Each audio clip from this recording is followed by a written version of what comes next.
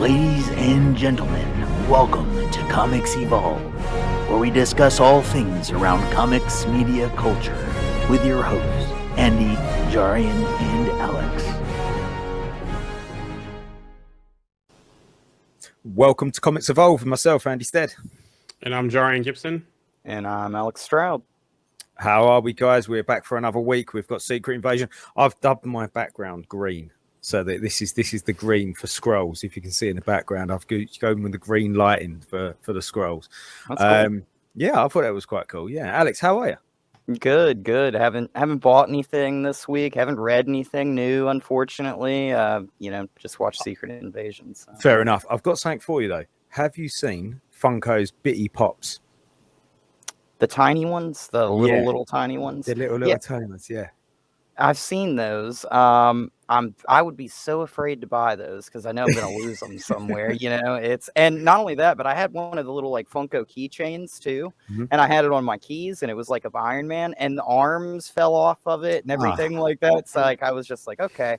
And they apparently popped in, and I thought that was kind of weird for Funko to do that, on a keychain of all things, Yeah, because they're going to be bustling around in a bag, aren't they? And the Bitty Pops are hilarious. They're tiny. They must be maybe a centimeter just over, and they come in a little box, and the box is printed up like it's a hard box, but it's printed up like a box, like a Funko box, and you can pull the sort of box off of the pop. And the pop's just then free in it, but then they go into a little 4-case, stand that stack all on top of each other, and they are really, really small. They are tiny, but they're hilarious. They're all printed up, and they've got the numbers on them. They're literally just a miniature version of a pop. That's crazy. They are quite cool. Are they expensive?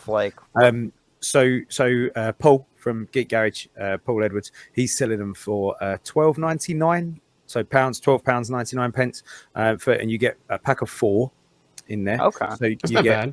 Yeah, so you get 3 that you can see, and then you get a mystery one. Oh, they're kind of doing it like those Lego minifigures, where you kind of get a mystery kind of. Yeah. So you got, I think Paul at the moment has got Disney ones. He's got Harry Potter ones, and he's got Star Wars ones. Oh, and he's got DC ones. Apparently, Marvel are next month. And he said that's really strange because usually Marvel were first up for everything, Mm-hmm. But yeah, so Bitty Pops, they're hilarious, they're really funny, and they'd save a lot of. I wish somebody told me that before I started collecting. They'd save so much space.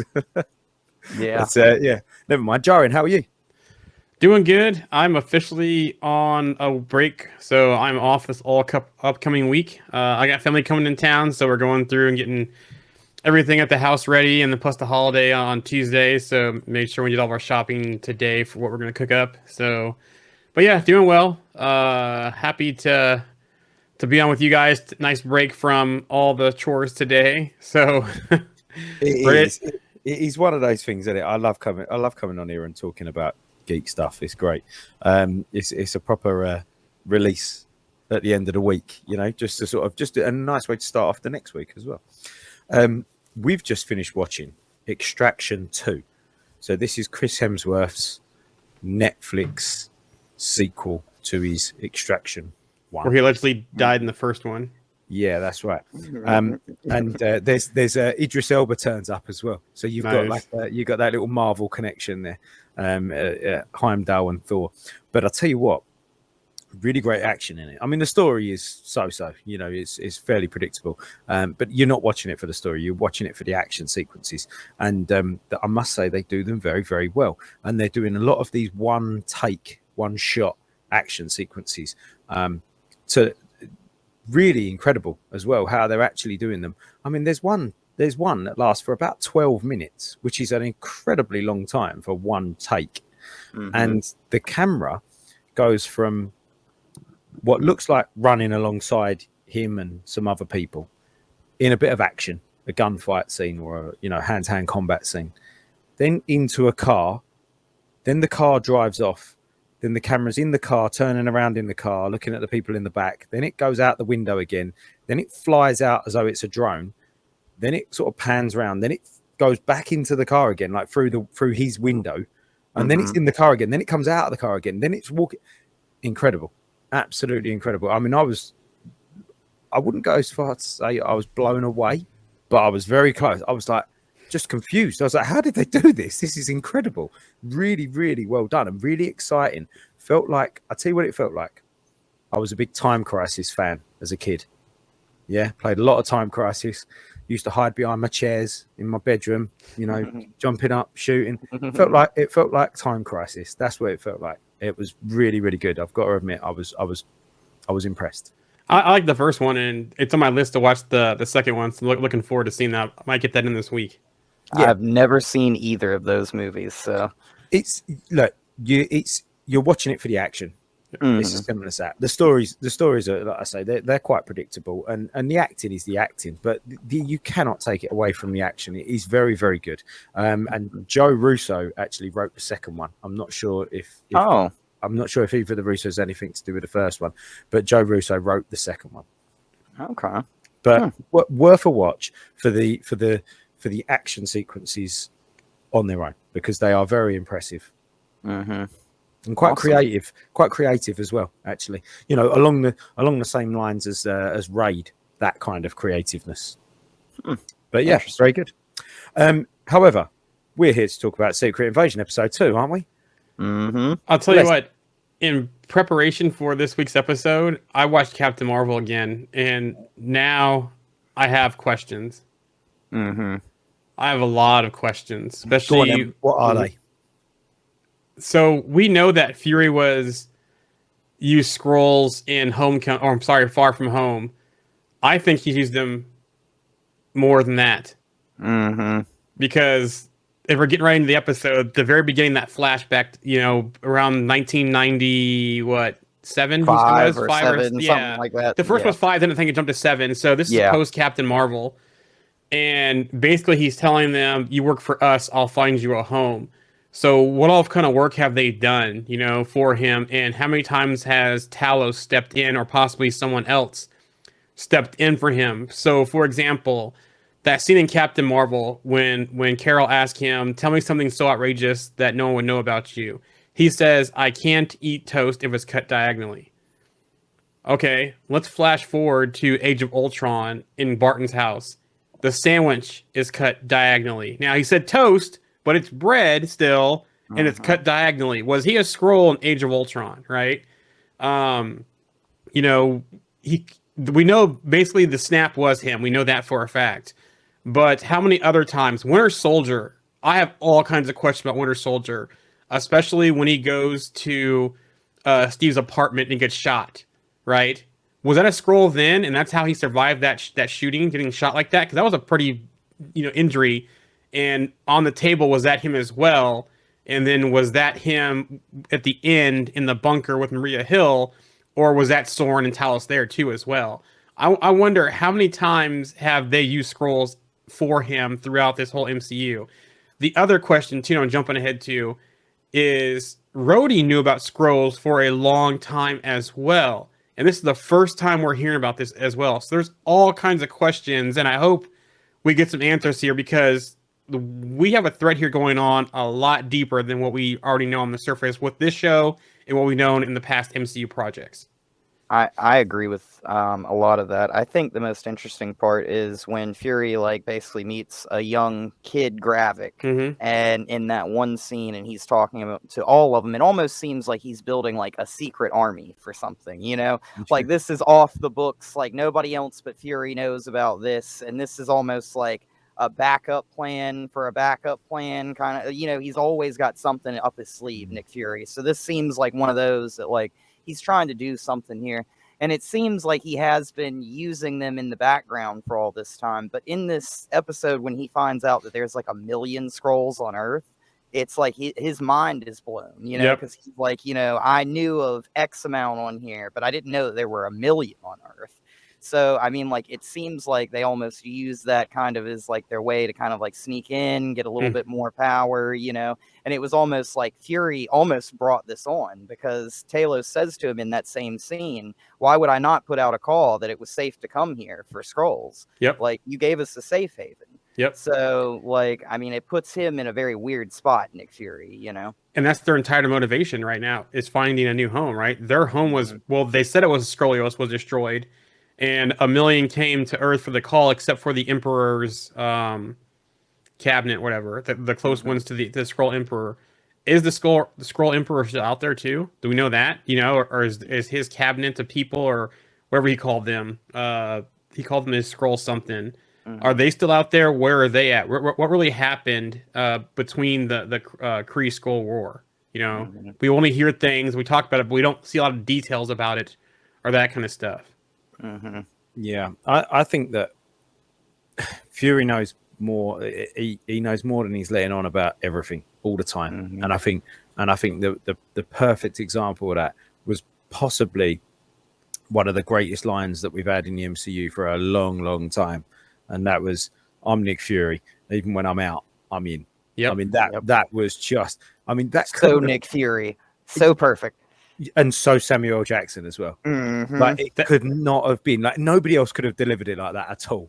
Yeah, like, in the way that he did it. Sorry, Jarian. Just the way that he did it. You know, that big sort of Secret Service guy tried to sort of, you know, manhandle him, and we've kind of, everyone's built up this picture of this new Nick Fury that he's sort of a bit useless and a bit flabby and a bit old and a bit tired, and then he's just gone, no, like, you don't understand. I'm Nick Fury. You know, I can do pretty much anything, and I absolutely loved that. That was just brilliant, absolutely brilliantly executed. That entire conversation was great. That was like one of the best parts. That conversation between Rhodey and Fury was great.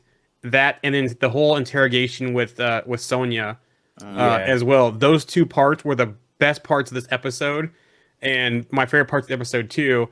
Back to the thing, it was the Emperor's colony that he referred to it as. So that's interesting. Are they still out there? Is the Emperor still out there? We haven't seen any of that kind of stuff. Is that going to be what leads into probably maybe season 2? But yeah, that whole conversation with him and Rhodey, and everyone's going to underestimate Nick Fury, and Nick Fury is going to come out on top as usual, or have some kind of, like you were saying, contingency up his sleeve. I like what Rhodey said. Like, I think you mentioned it earlier about, like, I think he says at one point, like, in that combo, like, yeah, 15 years ago, like, you know, we discovered, like, this, and we thought it was very weird. We didn't really know. We've, you know, not really, like, pulled too many threads, I guess. And yeah, and, you know, like, at the end of it, he's like, so they sent you to fire me. And he's like, no, I volunteered. And it's one of those, like, kind of weird moments, I feel like, in the MCU, because it's like, you know, Rhodey kind of looks a bit like an a-hole in that scene, you know, like, and but I mean, he's just doing his job, though, you know, like, and he is coming to Nick Fury as a friend, firing him, and not as, like, you know, somebody that is coming after him. So, well, the thing is, though, is that it was, that conversation was interesting because the whole time he's calling him Fury, Fury, Fury, but when he fires him at the end, he calls him Nick.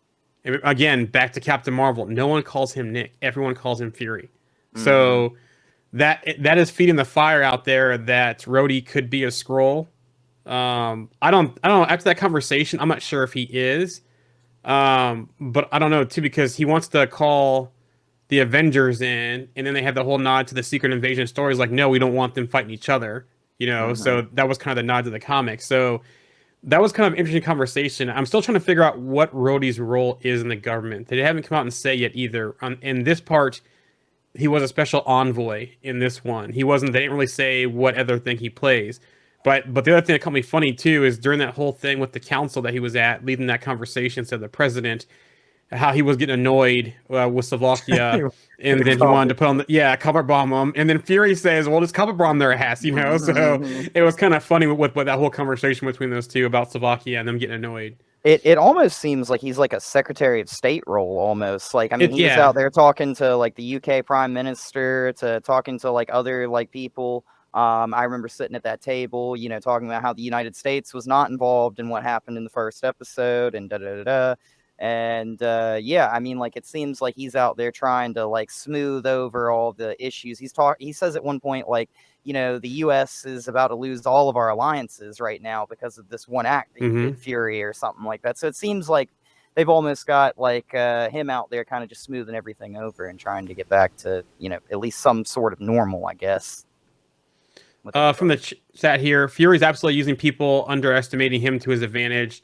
That's the only thing I am sure of. And then another one, Rhodey is highly suspect. We all think that, yeah. So yeah, I don't know. Yeah, maybe he's playing his cards close to the vest, that kind of thing, and doesn't know what to do, especially with pretty much the team new landscape of the Avengers team and that kind of stuff. But something definitely seems like either he's a Skrull or he's playing this like a Nick Fury would, or more military style and more covert operation style. I almost feel like he's going to get switched out as a Skrull at the end of this. Like he's not a Skrull yet, and we're going to find. Yeah, he's going to get like we're going to have one of those scenes where we're going to think that Rhodey is the same Rhodey, that something happened, maybe he gets kidnapped or something, and yeah, then all of a sudden enter other Rhodey. We might get. I'd really like to get a scene. I think we need to get the scene where we don't like they're both trying to say that they're the real Rhodey. Let's say it's Rhodey. I'm the real Rhodey. No, he's the, who's the real Rhodey, and they sort of capture the wrong one. Do you know what I mean? Or they let the Skrull Rhodey go because he's so convincing or something like that. But Jorian, you alluded to the conversations, and we'll come back to Sonya in a minute because I want to speak about her a little bit more in depth. But the other conversation was Fury and Talos on the train. And another great line that just goes to add depth, I think, to Nick Fury's character about tell me something I don't know. What a great sort of way that he's built up his knowledge over the years, just asking people, just tell me something I don't know. And then Talos told him something that he did know, and he was like, I said, tell me something I don't know. And that's where he got that new little bit of information. Imagine the people that he said that to. Imagine the amount of different people, different species, people in different governments from different countries, different powers that have said that, and the amount of knowledge that he must have just gained from asking people. I'm going to use that in my life. Tell me something I don't know. If I meet somebody like that's just, in a profession that I have absolutely no idea about, I'm like, tell me something about your profession that I just would not know about. I mean, what a fantastic way to gain knowledge. Brilliant. Just better hope that they're telling the truth. Yeah. So. There is that, because if you don't know that they could be not lying to you. But, I wonder if that conversation drives any distrust from Fury towards Talos after that, because he didn't tell him and he kept things from him. Well, especially he already to get off the train, didn't he? Yeah. No, I don't want to speak to you anymore. Yeah, but you got to think though that Fury had some kind of indication that there was more there, especially with that conversation. But then, Talos is right. It's like you were gone, you were snapped, and we know that Talos didn't get snapped. It's like, what am I supposed to do, right?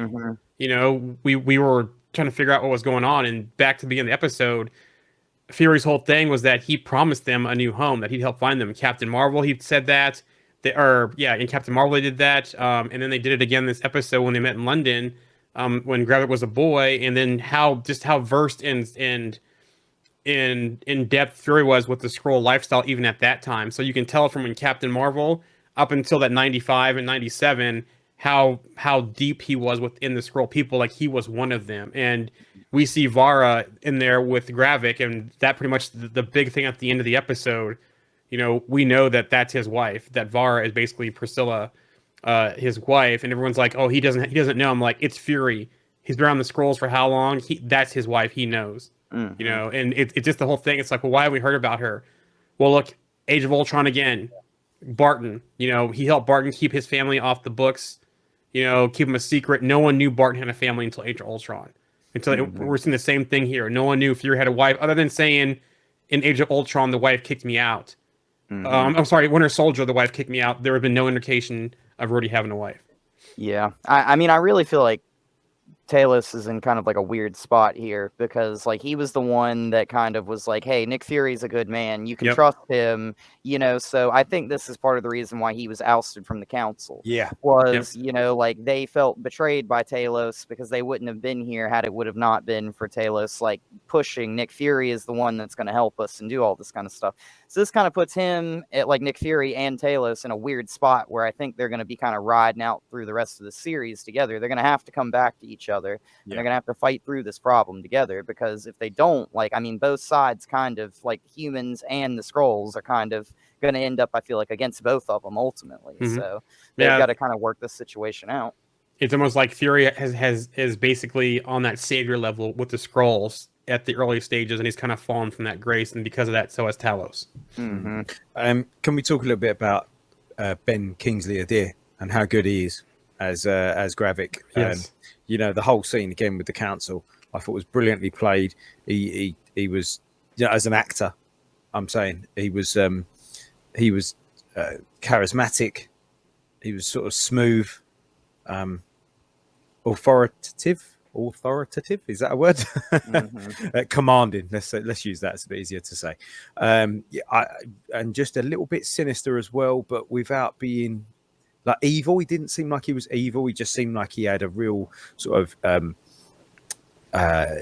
deep sort of intrinsic why as to why he was doing something. Like it's almost Killmonger like.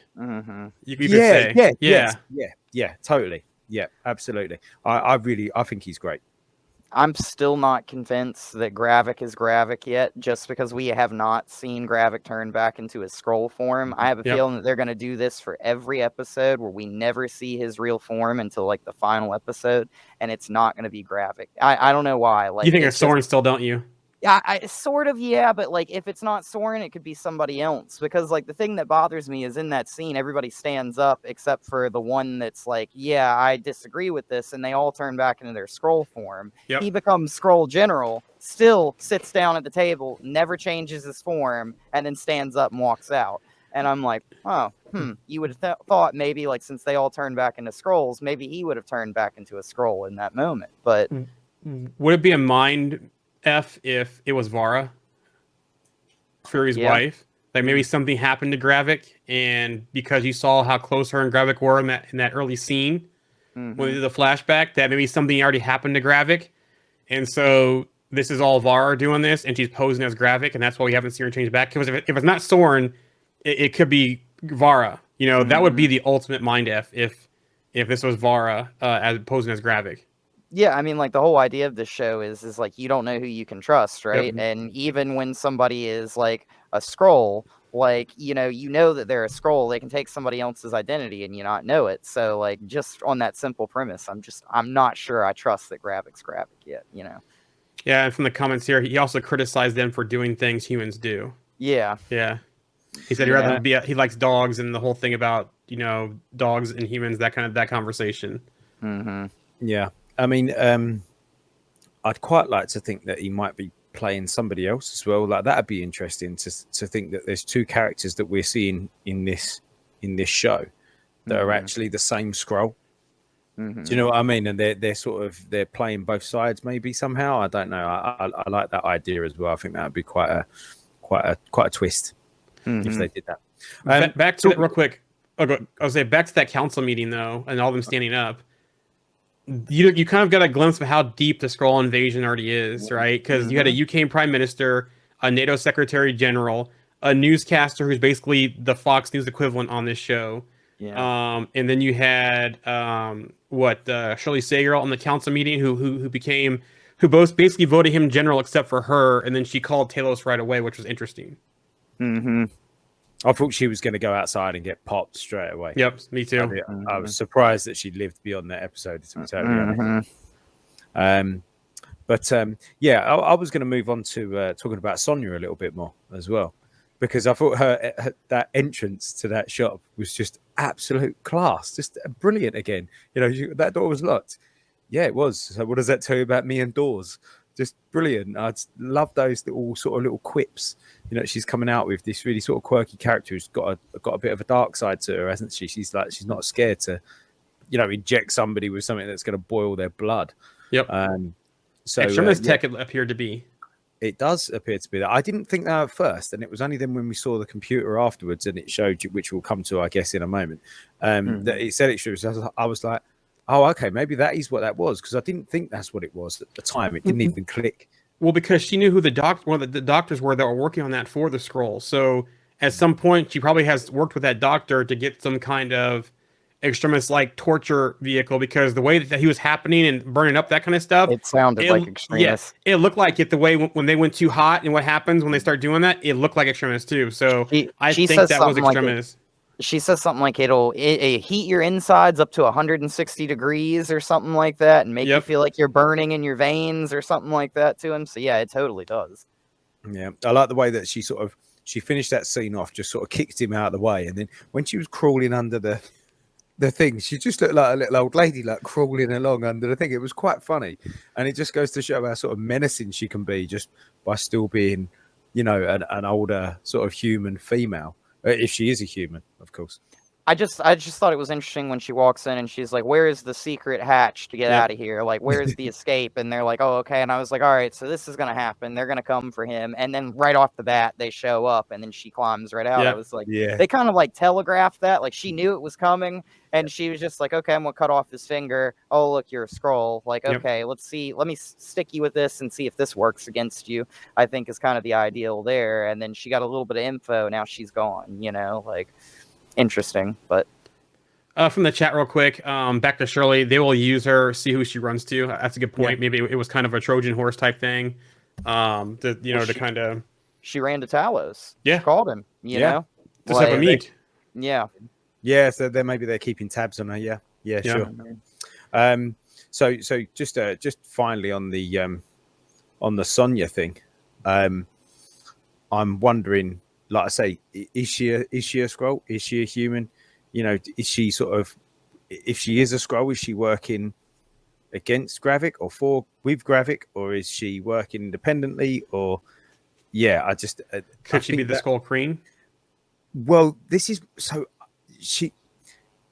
I don't think I've heard anybody ask questions about whether she's a Skrull or not. We've spoken about Fury, we've spoken about Rhodey, we've spoken about the president, we've spoken about other characters, but nobody said anything about her, whether she's a Skrull or not. We spoke about Maria, whether she could be a Skrull, but nobody said anything about her yet. And I'm wondering whether she's just gonna, just under the radar, just turn out to be, Queen Varanki or something like that. She's just gonna be a huge character, not necessarily a huge character, a huge player within the Skrull sort of species. I don't know.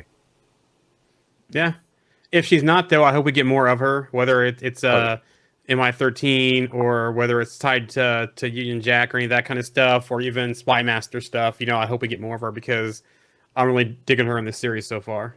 I have a feeling she's not a Skrull, just because in that scene, I kind of got that vibe that she's like, "Hey, let's see if this works against you. Like we know that you can shapeshift and stuff. Let's start sticking you and poking and prodding you with some things and seeing, like, oh look, I cut off your finger. Guess that you can't heal from that, can you? Like it's like one of those things." But I felt really like that was kind of a weird situation because when they come and save that guy, they take him right out to the woods and they put him down. And I think that they do that because Gravik's going to go back and be like, "Oh, look at that. Another soldier died for our war." And the humans did this. And when you have things like that, you can control the message and you can tell your people, "Hey, look at our noble war that somebody was just willing to die for. Like you should be a part of this too." And it's more convincing and stuff. It gets the people rallied. It gets people behind you, kind of type of thing. But you can tell that's further dividing Gaia from being on their side and back towards the side of Fury and Talos and so forth. It's driving a further wedge because you saw that when she found out that Gravik was responsible for her mother's death, then the whole bombings, how she kind of helped out Talos and Fury and them, and now with killing one of their own, you can tell. And then she was even in the computer looking for information as well when Gravik caught her also. So you can tell, she's either shifting back towards the side of Talos and Fury, or maybe whoever is like the Emperor Colony of the Skrulls or Queen Varanki, that she's also the double agent too so far in this series. I think she's definitely questioning what Gravik's doing because I think she understands there's something nefarious going on behind the scenes that everybody hasn't been informed about yet, and it seems like it's almost like a dual plan. Like he tells everybody he's got this one plan, but he's really working towards something else that he's going to unveil probably closer to the end of the season. I feel like, So tying that all in then, and talking about the computer and Gravik's plan, and when Sonya spoke to that prisoner, I was just waiting, and I kind of knew because they'd already said the name Dalton, and I think it was Dr. Dalton or something like that.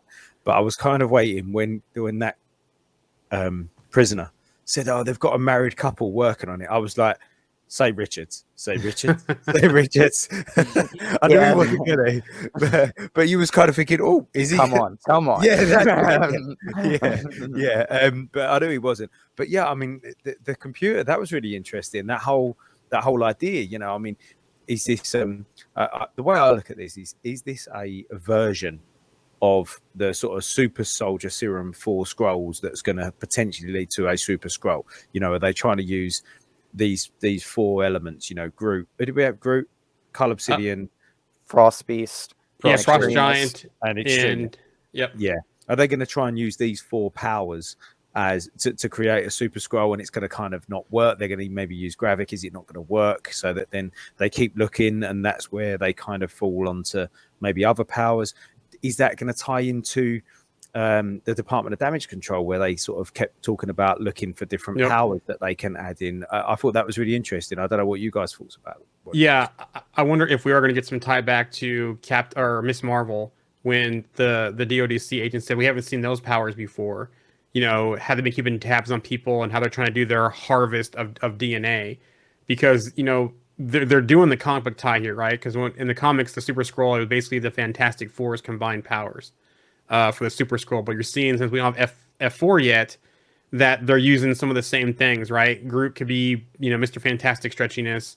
Extremis could be Johnny Storm's fire. Cole strength could be, you know, the Thing strength. And then you see the Frost Giant, which I'm going to assume is from Jotunheim, when they've came and fought on Earth at some time, and there's some remnants left of Frost Giants, how they got that. It's basically going to be their eyes could be shields for Zeus, you know, stuff. So there are some parallels here to the comic books, but it's really not Fantastic Four yet. They're using substitutes for that. Yeah, I feel like it's kind of like an Easter egg. I don't think we're gonna get like the Super Skrull kind of like in the traditional, I guess, form.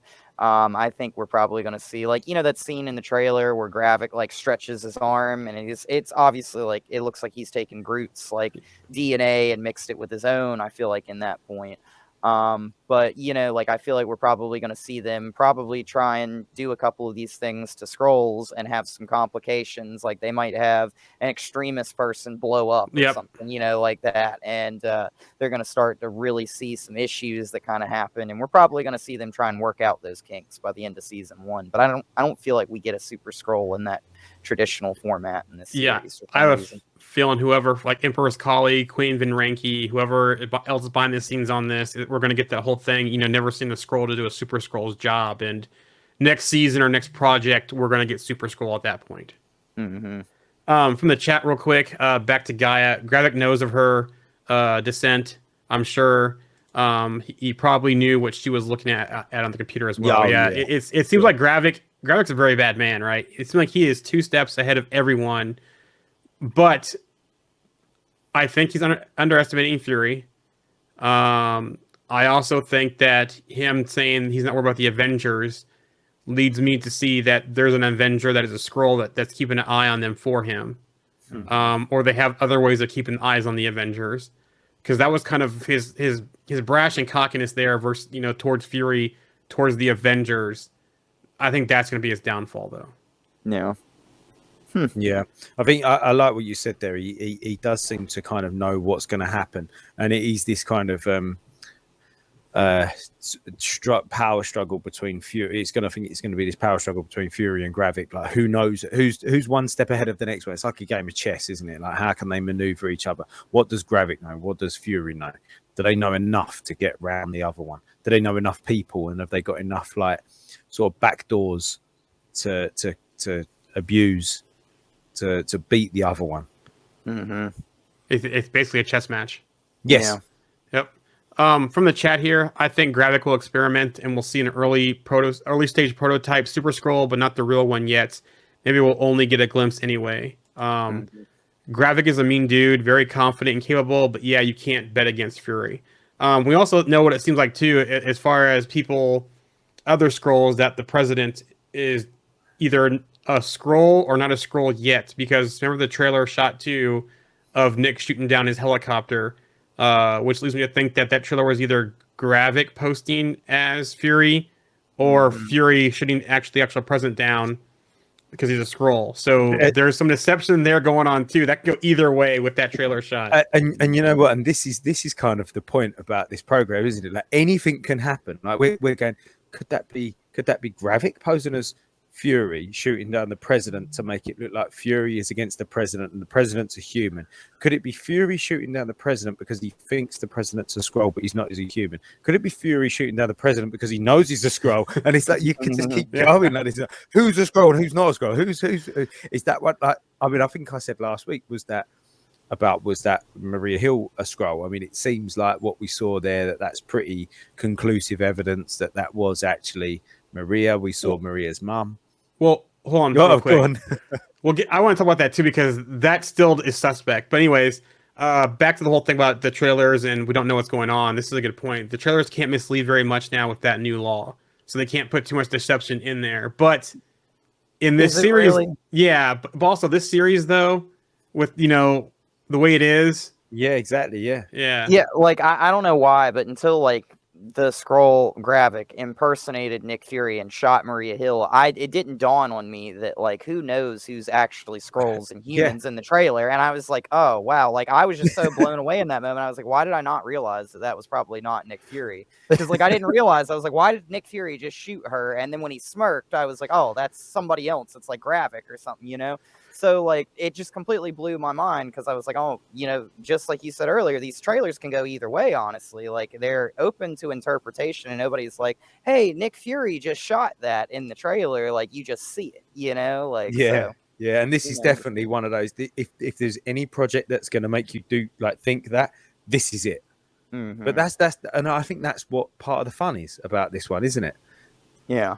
So back to the chat real quick. Captain Marvel should just find them a planet. She promised in her movie. I'm sure we'll get some more background around that once the Marvels comes out. Welcome back, Darth Gorghorn. What new law? Hey. So there's something out there with trailers. They can't do much misleading. They can't put things in the trailers that aren't in the movie.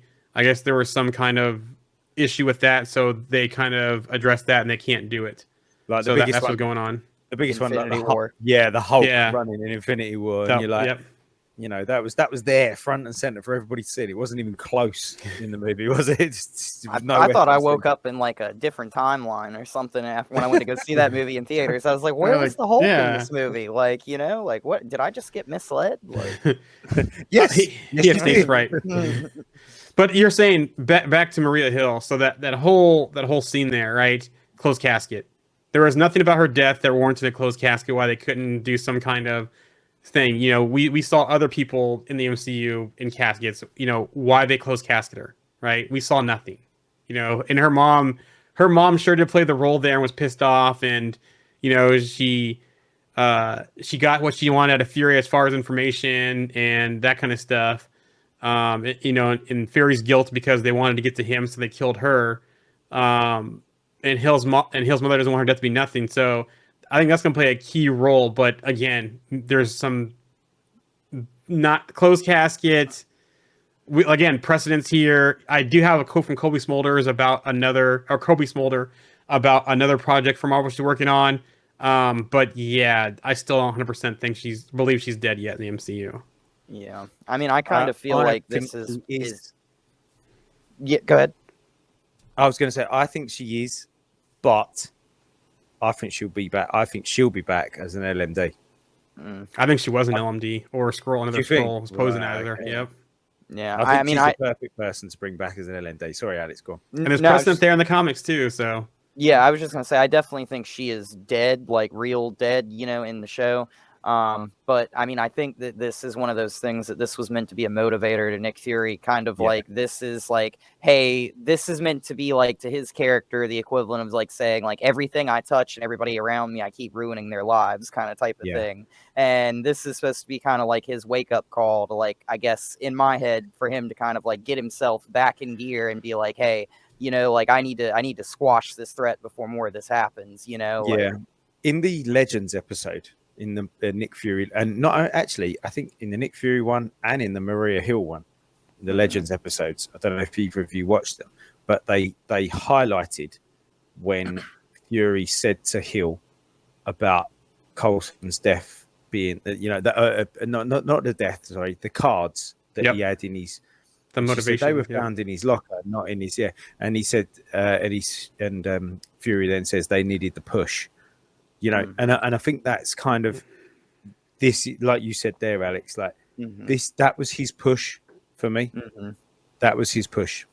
But yeah, but you think that whole conversation they had, that chess game they had between each other, and then her dying at the end of that episode, it was like you said, he needed the push, but was it her giving him that push? Not her accidentally dying, or not her not knowing she was dying, give him the push, but she needed to give him the push. So yeah, she got shot, but maybe she didn't die. Or again, life model decoy.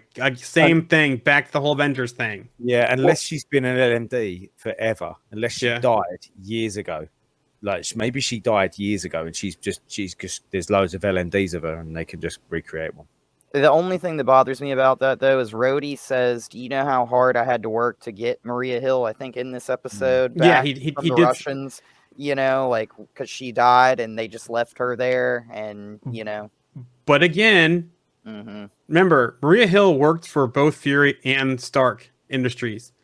Who has ties to both? Rhodey. Who can ultimately know the fail-safe plan as well? Rhodey. So her and Rhodey could be in cahoots on this too as well. Yeah.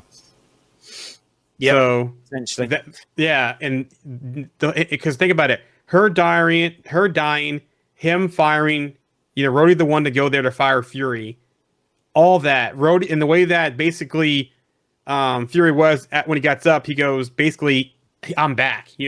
That was his John Wick. "You think I'm back?" I'm thinking I'm back moment at the end of the episode between that whole thing. So who's not to say that they're not in cahoots on this with their ties between the government and Stark Industries? I'm just saying. Like I said, from the chat, I'm not 100% sold either. Another one here, Nick Fury is now old. Whatever he pulls off at the end of the movie would be wonderful. But we also know, too, that he's also going to be in the Marvels, too, as well. So, any more thoughts on this episode before we move on to some news and rumors? Gravik Scroll General. I thought that was, very interesting. It seems like he might potentially have 1 million scrolls under his command on Earth. So that's, big. That makes his numbers go from 500 all the way up to potentially 1 million, So that's huge. I just feel like that leaves us in a situation where even once we think we have this threat squashed out in the MCU, it's still never going to go away, I'm telling you guys, go read that latest comic run, that 5-issue comic run. Okay. Just go read it, because there's some things in there too where, there's some trickery that goes on between Hill and Fury, and they basically kind of rope a dope the scrolls, and that's how they end up winning this one. So and see, that was going to be another thing that I was going to say. Like he's this whole sort of Maria Hill dying thing that was around the LMD thing. That she died 1 million times before. Yeah, and Fury's just he didn't seem that bothered, did he? Like really, he didn't really seem that fussed when she died. He was just kind of like, she's dead. And even when he spoke to her mum, he wasn't really that bothered. Even when she said to him something like, she would have gone through the gates of hell for you, he was still a little bit stoic about it all. And I know he's Nick Fury, and I know he needs to be like that, but he wasn't really that bothered. So was he not that bothered because she's already dead and he can just create another one and upload the memories or something? I don't know. But, or he knows that she's off-world or on Saber, safe and sound, and her LMD's on Earth. So exactly. So I think there is more to be had there on that one. I think it'll be interesting to see though when the next episode starts, because at the end of this one we see him with his wife. If we see any other emotion with him about Maria Hill in the next episode, to see maybe that does carry over into that, and he just doesn't show that to anyone else but his wife. Yeah, maybe. Chat real quick. Go on. They all believe Fury was dead before because it was necessary. It wouldn't be any different here. Exactly. Yeah, exactly. It was necessary for Maria Hill to die for whatever reason. Yeah. And they have that drug. Die. Yeah. What would be interesting to see too is that next episode, maybe she took that same drug that Fury took in Winter Soldier. Yeah. And the next thing that we see is that she's on a plane getting shipped back to the US, and the casket opens up and she pops out. Yeah.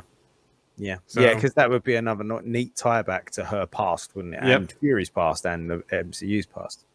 Yeah, very good. I'm really enjoying this series so far. This is everything I was expecting it to be and everything that I like. I think I said to you guys before we came on live, or to you, Jarian, that I'm getting some Jules vibes from Pulp Fiction with Samuel Jackson when he's doing these little monologues. You know, the one on the train, the one when he's talking to Rhodey, and you know that great line. You know, I'm Nick Fury. Even when I'm out, I'm in. I think it was just absolute class, and I'm loving Nick Fury. I'm loving Samuel L. Jackson, and yeah, I'm really enjoying this. Can't wait for Wednesday. So, should we move on? Oh, one last comment here. Okay. Love the Spy Game. Yep, I Yeah. agree with that too as well. So, hold on. Tahiti is a magical place. It will save Maria. Just kidding. Yeah. Is it canon? Yeah, is it canon? Yeah. Another one. I'm loving this show a lot. I am too. I don't know why this is being like the second lowest rated Marvel show right now, but I don't know. People, they want, you know, that you can't have Endgame every time. You can't have Infinity War every time. You can't have an Avengers movie. Yeah. You know, if you like along the Captain America movies, this fits along that same line. If you like some of the early Agents of S.H.I.E.L.D. stuff, falls along the same line. You just, you know, I think this is going to take us for another twist and turn that we don't see coming as well. Yeah, agreed. Just before we move on, we've got a few new viewers and a few new commenters tonight. So just want to shout out to we got the RMC as always. It's like the furniture. The RMC is always here. Might as well just come on live with us. But thank you for being here, RMC. But we've got Fortune. Hi, Fortune. How you doing? And we've got who else we got? We've got William. Hi, William. And we've got Jamie back on. So yeah, it's nice to have a few new people commenting and taking part in the show and being. This is what we've always wanted, this interactive conversation. So keep the comments coming as we go into the news and rumors section. Jarian, over to you, my friend. Let's do this. Okay, news time. I don't have much news today as we have in the past because it's kind of a slow news week. But we have the big news of the day, Fantastic Four. Reportedly, cast is still in flux right now. Word out there is that Adam Driver is out. Margot Robbie is out. Daveed Diggs isn't locked in yet. But there's buzz around Vanessa Kirby again as Sue Storm. There's also buzz as Doctor Who himself, Matt Smith, as Reed Richards. So interesting to see how this cast pans out. There's still not much news on Johnny Storm other than that one actor who was rumored to play him, and I can't remember his name. I'm going blank. If Jimmy Smith's listening, he'll know. But yeah, it seems like everything's still in flux right now. We know they're not going to be any kind of big shows for Marvel this year, so you know they can announce this anytime. It seems like once they have it locked in, but it seems that you know they're still trying to figure out that cast. Matt Smith, eh? Mm-hmm. Yeah, I've. Do you know what? I'm not a Doctor Who fan, so I haven't seen him in Doctor Who. Watched him in House of Dragon. He's good in that. Seen him in a couple of other bits and pieces. I don't mind him. Can I see him as Reed? I mean, I wouldn't say yes, but I wouldn't say no either, to be honest. I don't really know. I could see Adam Driver as Reed, if I'm totally honest. I actually could, you know, I could imagine that one. Not saying he would have been great at it, but I could imagine him doing it. But Matt Smith, I'm not sure. I can't see him as a Reed Richards, but I can see him as the nerdier side, kind of curious side, Reed Richards, and where I saw Adam Driver more as the maker, kind of dickish side of Reed Richards. So, you know, two different tones there of Reed Richards. This is a great point from the chat. Too expensive is what I read, or that was the official reason. There was talk that was money issue. They couldn't come to terms with Robbie and Driver, so that was mentioned as well. There's a lot of money, I should imagine. Yeah. He was awesome in Morbius. Oh, I forgot he was in Morbius. That was a forgettable movie. He was the villain in Morbius. Yeah. Yeah. So yeah, he was. Yeah. That's a good point. Yeah. He can play a bad guy, you know. So, but yeah. So something to keep an eye on. Hopefully they'll figure it out soon. Otherwise, we'll keep playing. I think it's 2025 now. I was just about to say when's the date for that. Yeah, they moved it, didn't they? Let's just double check on that one. Yes, it is. Yeah, May 2nd, 2025. So we've got a little while yet. Production would have to start fairly soon. No, I should imagine. Early next year would have to start. I was going to say in the next 6 months, maybe. Yeah. I mean, I honestly feel like the Fantastic Four are some of the most important castings that you can do in the It's the MCU. first I mean, family. yeah, I mean, like the only other like castings that I think are as important are probably like Magneto and Xavier. You know, like some of these that like we'll probably see maybe in the future with different actors and stuff like that. But yeah, I mean, like I think this is one of those things. Like, let's get it right. Get it Like, right. you know, yeah, like let's not just like get somebody that is going to be rushed in, and that's This is like when you buy a new piece of furniture and you're like, I'm yeah. going to buy an expensive, good piece of furniture because it will last forever. Look at this like buying a mattress, right? Like you Yeah, want to yeah. buy a mattress that you're going to sleep well on, not one that you save a bunch of money on, and you know, like you're looking for something that's going to last long term and be quality here, and that's kind of where I'm at, you know. Would you say this is the most important MCU casting since T'Challa? Yeah, I mean, I definitely think it's up there with importance, you know. I would say it's probably. Do you know what? I would say it's more important for the reasons that you just said a minute ago, Alex. The fact that this is so Fantastic Four and X-Men. You know, we've as far as we know at the moment, we've lost Steve Rogers, we've lost Tony Stark. Thor's playing a bit more of a backseat, and if we're to be believing the sort of what's been coming out of the Chris Hemsworth camp, that he's going to take a bit of a backseat from acting, he's out. We've not got a Natasha Romanoff, so we've not got a Black Widow. I mean, we've got Yelena, I know that, but we've lost those big characters. So the Fantastic Four and the X-Men they're the future of the MCU, aren't they? Really, after this multiversal phase, they're going to be the future. So I think they're super important. And as you just said there, Alex, I think the Fantastic Four and Charles and Magneto and probably Wolverine as well, like it or not, he is For the chat here. And Doom. And Doom, yeah. So yeah, I think they're probably some of the most important castings. And I mean, they tried to do a few like different versions of the Fantastic Four already, and none of those were like the greatest. I mean, they messed up Galactus, you know, in the first couple. I mean, they did that movie in the 90s that never really went anywhere. I think they filmed it all and did everything. You can see it on YouTube now. But even like the most recent one that they did, like that one is not a fan favorite by any means. I'm trying to remember who. Michael B. Jordan was Johnny Storm. Miles Teller was Reed. I can't remember the guy who played Ben, and then what's her name? Kate Mara was Sue. Yeah. So I feel like with the Fantastic Four, like you almost have to have a stellar casting because these are characters that are going to stick around for a while. If they don't stick the landing with this casting, it's like, hey, you're stuck with these characters. Like you can't just trade them out for somebody else, you know?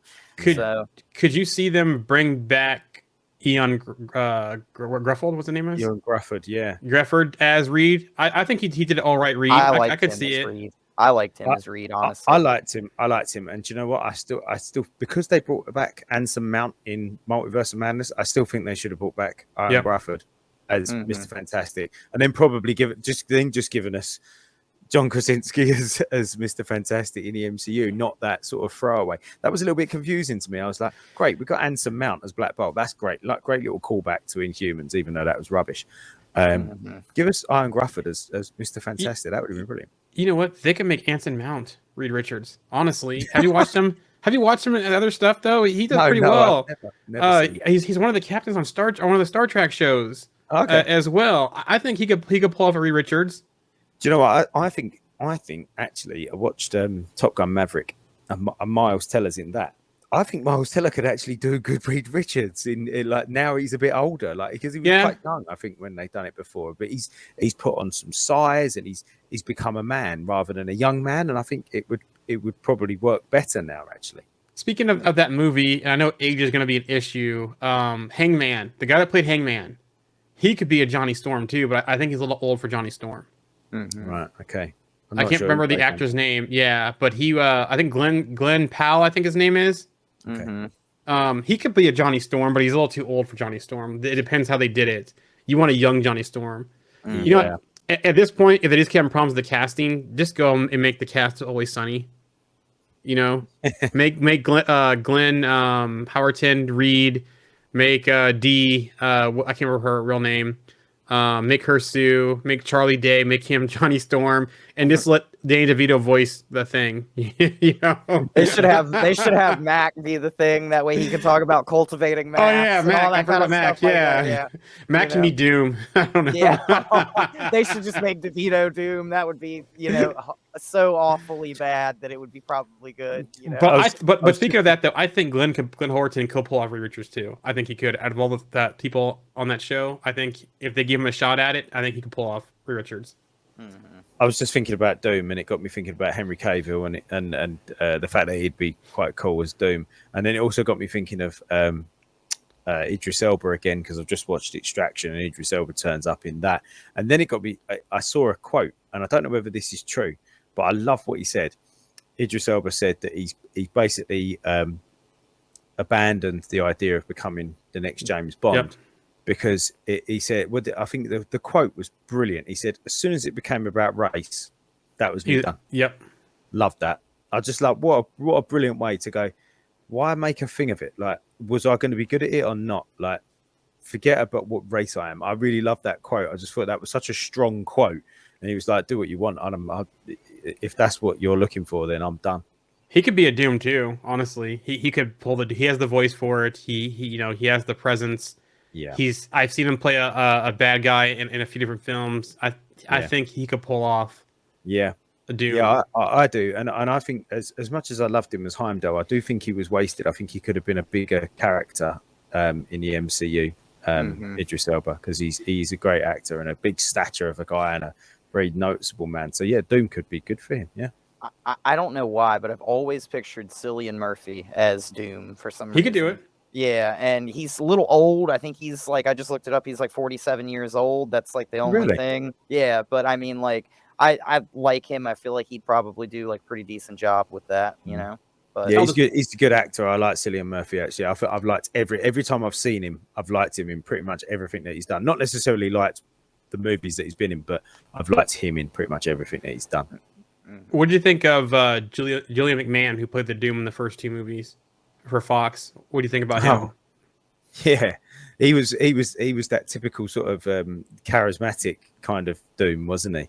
Yeah, I mean, wear nice suits and. I feel like my biggest issue with that though was really how they did Doom in the movies and not with that actor. I don't really feel like we've had a good Doom in a Fantastic Four movie yet, and that's why I'm kind of like afraid to kind of push Doom next to a Fantastic Four in another movie, because like I'm like, we've already like done this like a couple of times and it didn't work.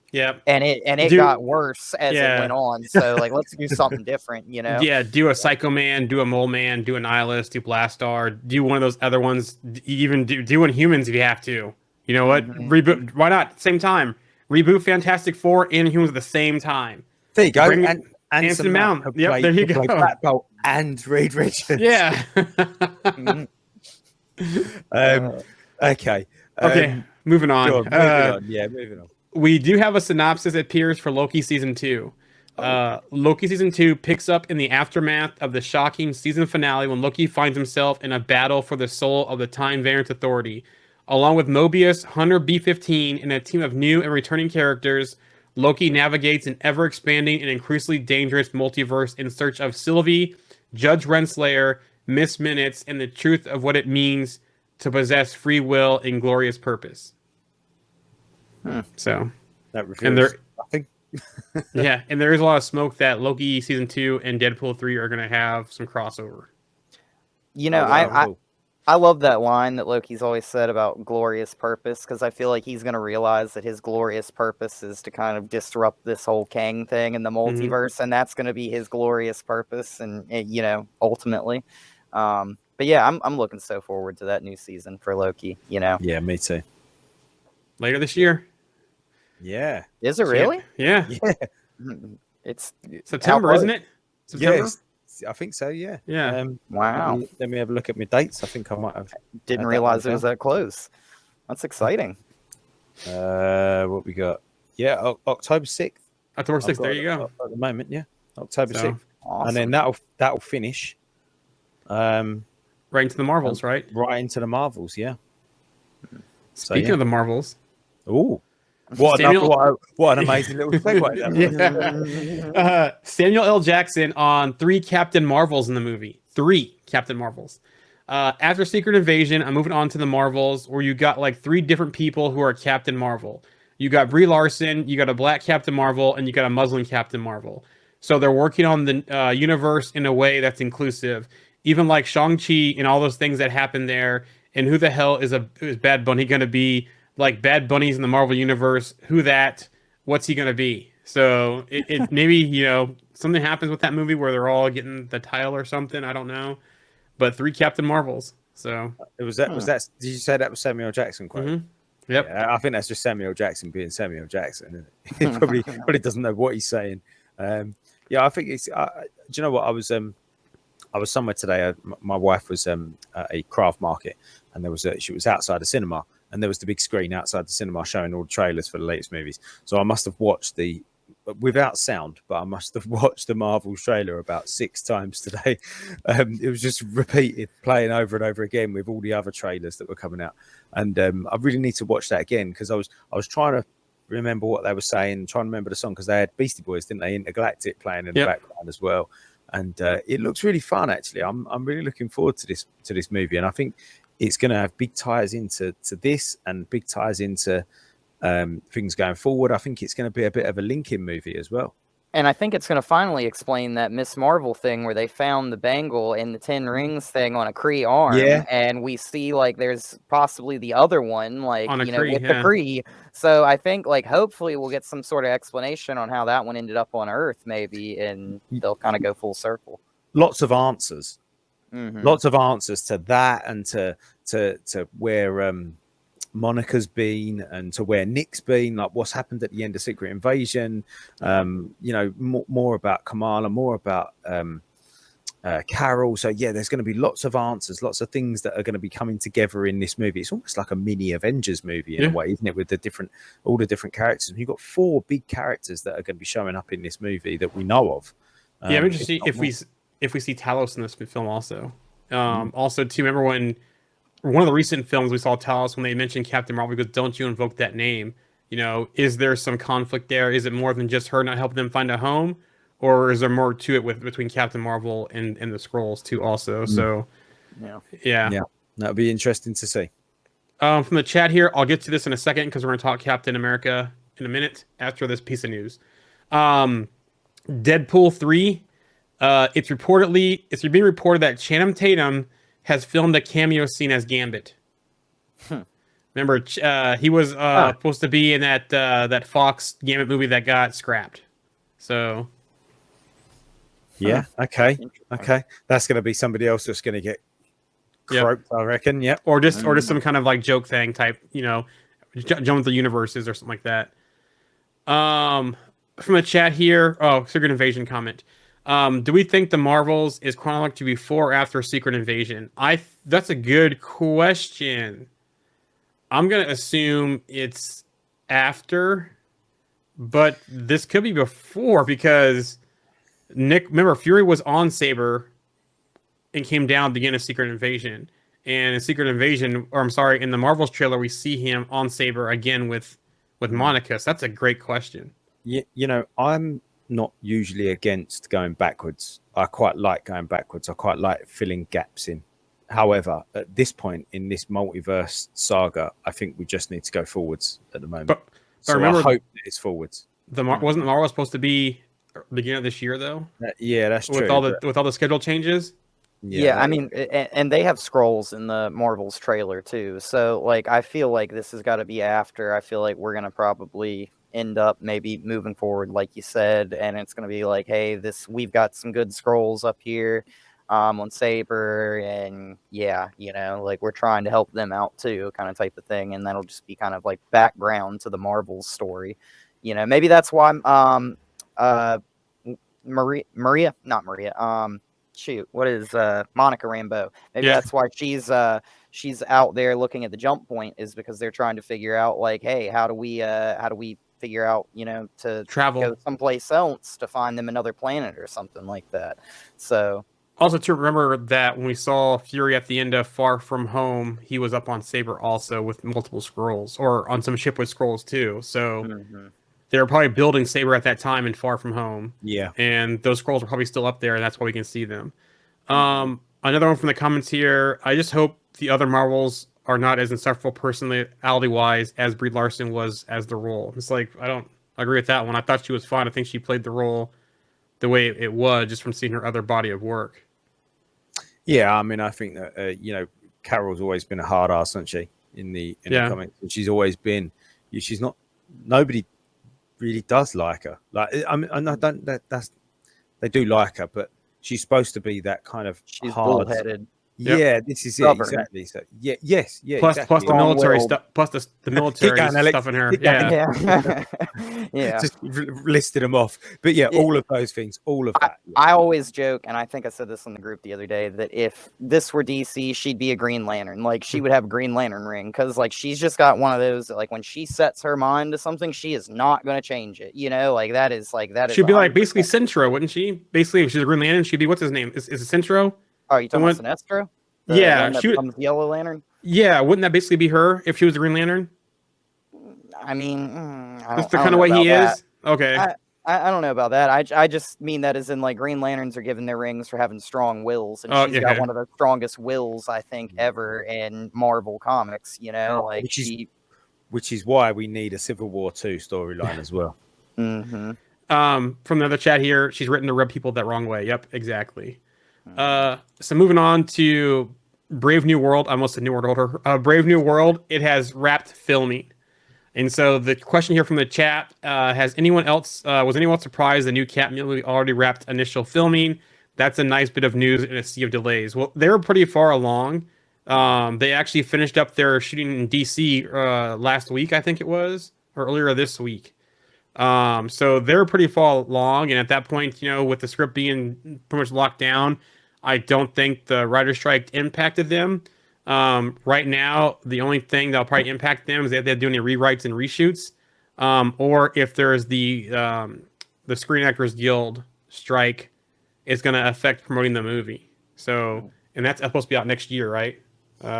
Yes, it so, is. I did see that our friend of the show, Sean Martinborough, he was cycling through DC the other day, and they'd closed off some streets because they were filming Captain America 4. So he took some shots, and that was quite an interesting little post that he put on Facebook that I saw. I was like, nice. That's great news. Great news. Hopefully we'll get that movie. I'm looking forward to seeing more of Sam as Captain America. Yep, Falcon transformation, how he becomes the Falcon. The Hulk tie-in, the Society. That's really Red interesting. Hulk. Yeah, this movie kind of feels like almost like a pivot movie for the MCU. You know what? I was just thinking about that because I was just talking about the Marvels, weren't we? About how there's got so many things coming together. We've got Loki coming up, where that's going to bring in, and you said about the connection between Deadpool. It's like, wow, that's cool. And then we've got Captain America New World. I said it. Brave New World. That's going to be bringing in the Hulks and bringing back Samuel Stearns and bringing back Liv Tyler as Betty. And yep. all of these other little pieces. And are we starting to get to a point where we've kind of, we've introduced some new characters now, and we're now actually getting into this sort of, we're actually having an effect on the storyline. Mm-hmm. Yeah, I mean, I feel like with Harrison Ford alone, right? Like, replacing Ross, like coming in, like potentially as Red Hulk, that's a great way to resolve the problem of Ross has been around forever in the MCU, and we want to keep Ross in the background of the MCU. So you make him Red Hulk, and he can stay Red Hulk all the time. You could replace him as president with an LMD or something like that, and he could just go out there and be Red Hulk for, as long as he wants to be. They CGI it, and he never has to turn back until he wants to tell everybody, "Hey, I'm Ross," Yeah, and it's me. yeah. And I mean, like, I think that's like, I think you're right. I think this is sort of like almost like a redirect. Like they're kind of going to take a slightly different turn with this movie a little bit. But it seems like, man, they've got a lot of people in this movie. It seems like this is almost like, it's feeling almost like an Avengers movie to me, with all like the characters and stuff that are coming into it. If we get Gamma Monsters, we get Red Hulk, we get Captain America. I mean, we're not going to see Bucky in it, right? Like, No, I don't think we're going to see Bucky in it at all. I don't think we'll see him again until Thunderbolts. But I mean, we'll see the new Falcon in it. We'll see, and you know, who else knows who else we'll see in this movie? Rhodey could even be in this movie. Yeah, definitely. Aaron. I mean, yeah, and Rhodey's been in like everything like recently, you know. So we can even see Val pop up.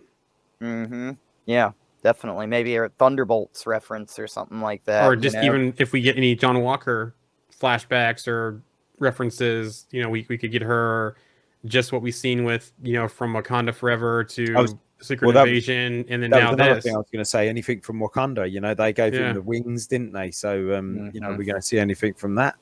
Yeah. Yeah. So, sure. Well, I think that's going to be a big movie for the MCU.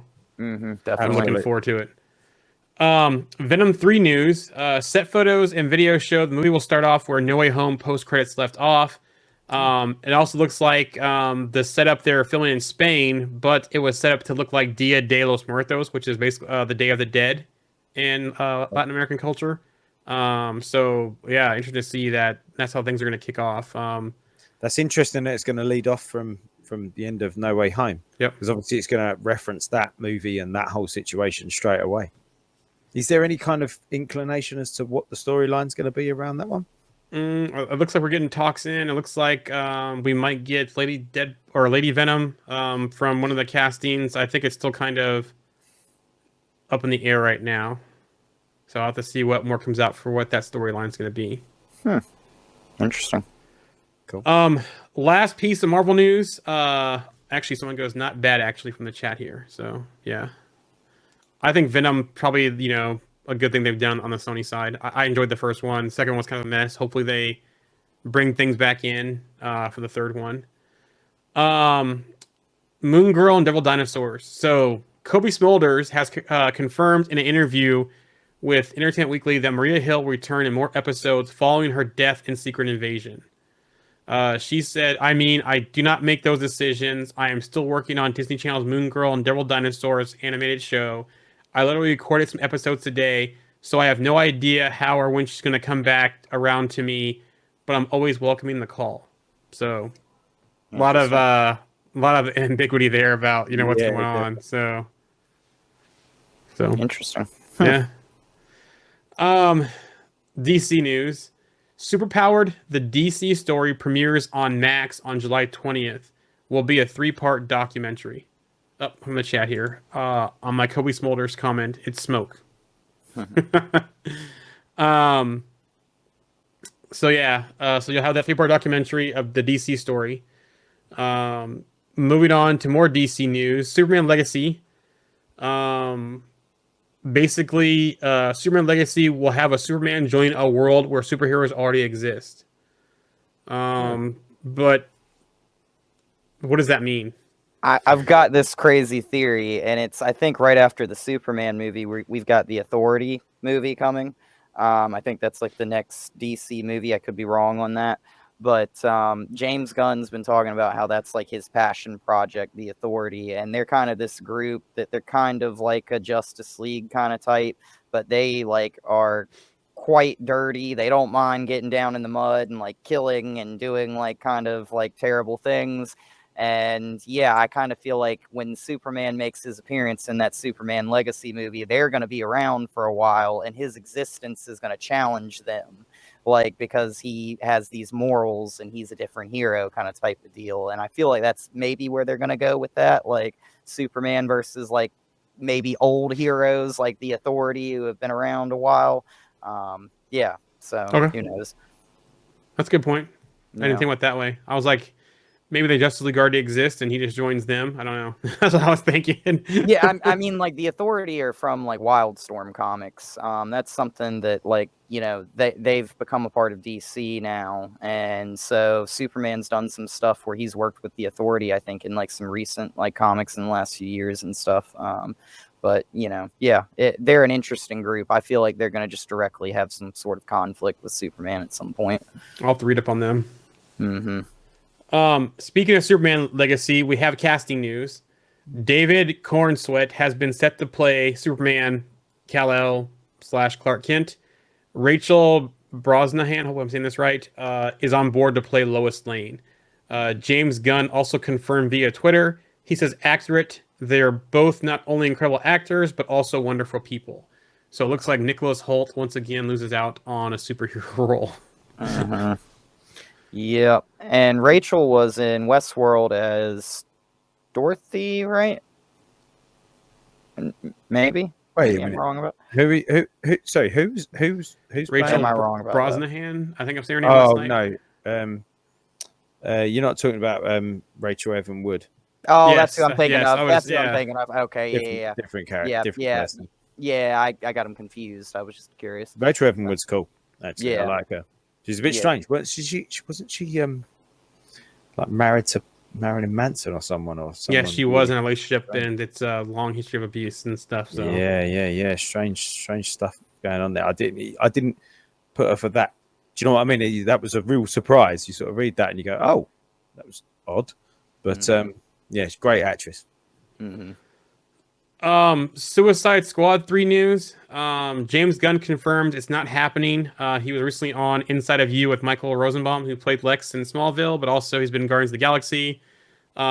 He basically, as far as a third Suicide Squad installment is concerned, Gunn gave a firm no.